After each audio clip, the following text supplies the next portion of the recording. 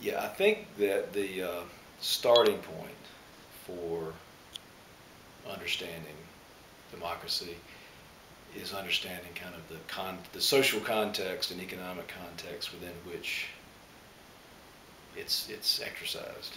And in this country, I think you've got to start with an understanding of the distribution of wealth and income and the relationship that people with wealth and income have to both corporations and to the social institutions that make up our systems of education and our social systems.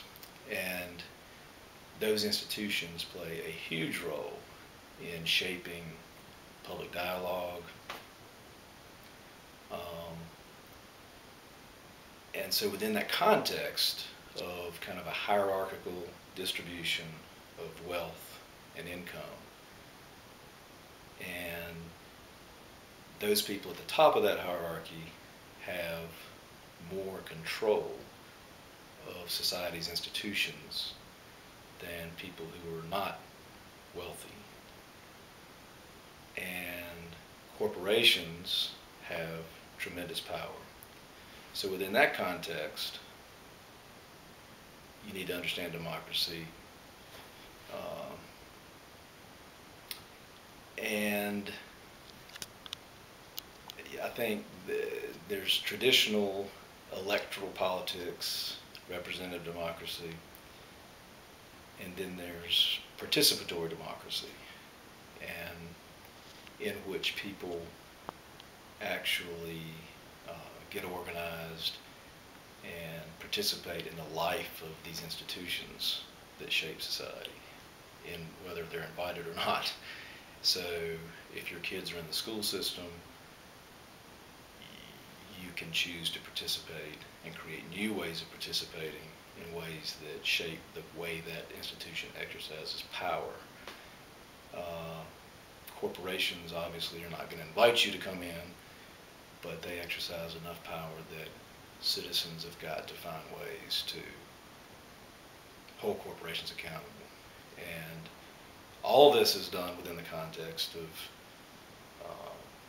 kind of the framing of issues and the framing of reality.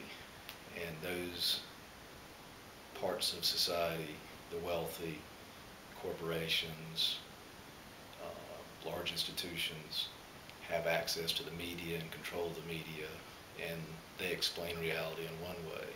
And usually that reality is very different from an individual in a working class neighborhood or in a poor neighborhood who has no access to any of that.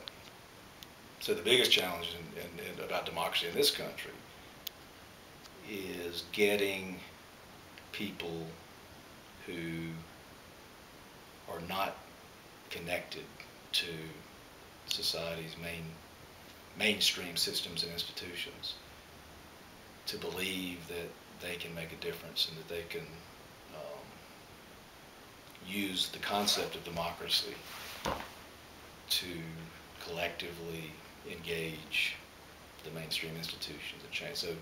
So you know, the difference between what George Bush does as president and what Barack Obama does as president is huge. So it's clear that electoral democracy matters, but long term it matters much more.